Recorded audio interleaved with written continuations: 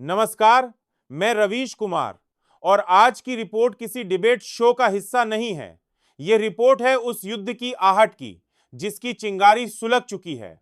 दुनिया एक और युद्ध के मुहाने पर खड़ी है। मध्य पूर्व की जमीन एक बार फिर बारूद से भर चुकी है। तीन नाम इजराइल, अमेरिका और ईरान अब उस कगार पर हैं जहां से वापसी का रास्ता धुंधला है और तबाही का रास्ता सीधा और साफ।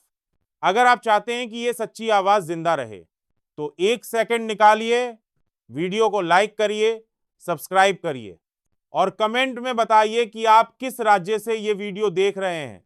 हाल ही में अमेरिका और इजराइल के बीच एक गुप्त मीटिंग हुई।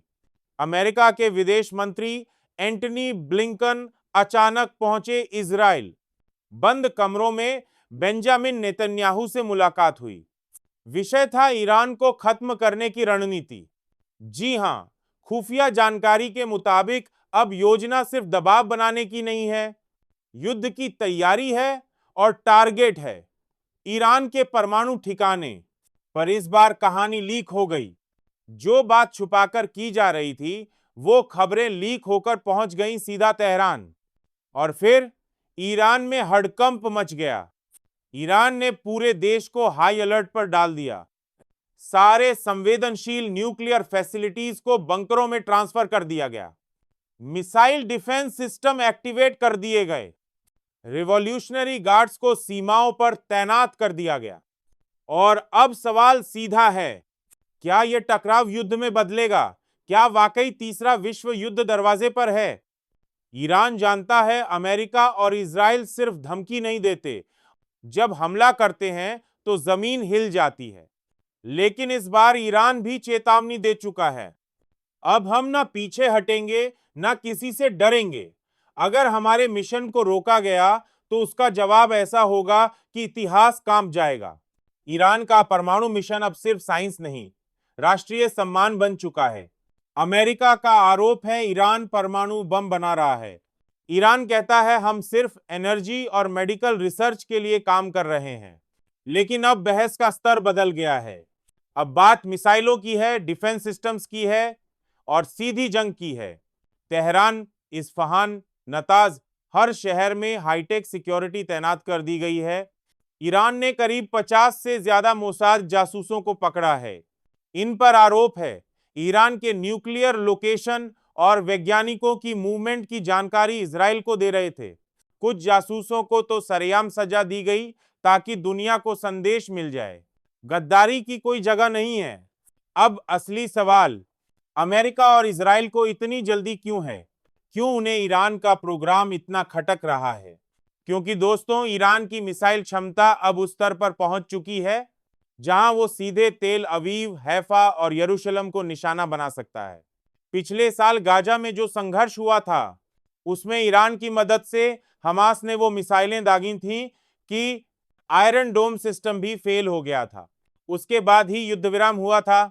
और अब जब फिर से ईरान पर हमले की योजना बन रही है, ईरान ने साफ कह दिया है इस बार युद्ध विराम नहीं होगा, आखिरी सांस तक लड़ा जाएगा। अब ईरान का गुस्सा सिर्फ अमेरिका और इजराइल तक सीमित नहीं है, उसकी नजर अब यूएई और सऊदी अरब पर भी है। सूत्रों के मुताबिक कुछ अरब देशों ने अमेरिका और इजराइल को ईरानी एयरस्पेस और बंकर लोकेशन की जानकारी दी है। ईरान ने चेतावनी दी है, एक जो भी देश इस युद्ध में किसी भी तरह की मदद करेगा वो हमारा दुश्मन होगा। 10 ईरानी संसद में प्रस्ताव पास हो चुका है। साजिश में शामिल किसी भी देश को बख्शा नहीं जाएगा। वहीं दूसरी ओर नेतन्याहू सरकार पर भी सवाल उठ रहे हैं। गाजा के एक अस्पताल पर हमला हुआ जहां डॉक्टर, बच्चे और मासूम मारे गए। क्या इजराइल नागरिक ठिकानों को जानबूझकर निशाना बना रहा है? रेड क्रॉस और हू ने इन हमलों की कड़ी निंदा की है। और इसी के बाद ईरान ने कहा अगर गाजा में नरसंहार नहीं रुका तो हम खुलकर मैदान में उतरेंगे। अमेरिका की स्थिति भी असमंजस भरी है। जो बाइडेन युद्ध नहीं चाहते लेकिन नेतन्याहू का दबाव है। नेवी के जहाज पहले ही फारस की खाड़ी में पहुंच चुके हैं। आज लेकिन इस बार ईरान अकेला नहीं है, उसके साथ खड़े हैं चीन, रूस, पाकिस्तान और तालिबान। चीन ने एडवांस एयर डिफेंस देने का ऐलान किया है। रूस S-400 मिसाइल सिस्टम देने की तैयारी में है। पाकिस्तान कह चुका है अगर ईरान पर हमला हुआ तो हम चुप नहीं बैठेंगे। तालिबान ने भी ईरान के पक्ष में बयान दिया है। अब यह लड़ाई सिर्फ 3 देशों तक सीमित नहीं रहेगी, यह पूरे एशिया, खाड़ी और शायद दुनिया को अपनी चपेट में ले सकती है। ईरान तैयार है। Underground nuclear facility, drone technology, hypersonic missile, कट्टर रिवॉल्यूशनरी गार्ड्स और शायद सबसे बड़ा हथियार, आत्मसम्मान और बदला लेने का जज्बा। डार्ड ईरान कह चुका है अब अगर हमला हुआ तो हिसाब जंग के मैदान में होगा। और आप सोचिए, क्या एक और युद्ध ये दुनिया झेल पाएगी? क्या उन बच्चों के लिए जगह बचेगी जो स्कूल नहीं गए? क्या उन बुजुर्गों को दवा मिलेगी जो अस्पताल तक नहीं पहुंच पाए? या फिर हर कोने से सिर्फ एक आवाज आएगी, बम, गोलियां और चीखें? तो दोस्तों, ये सिर्फ एक रिपोर्ट नहीं थी, ये था एक अलार्म, एक चेतावनी। नीचे कमेंट करके बताइए, क्या वाकई ये तीसरे विश्व युद्ध की शुरुआत है या अब भी कोई रास्ता बचा है बातचीत का?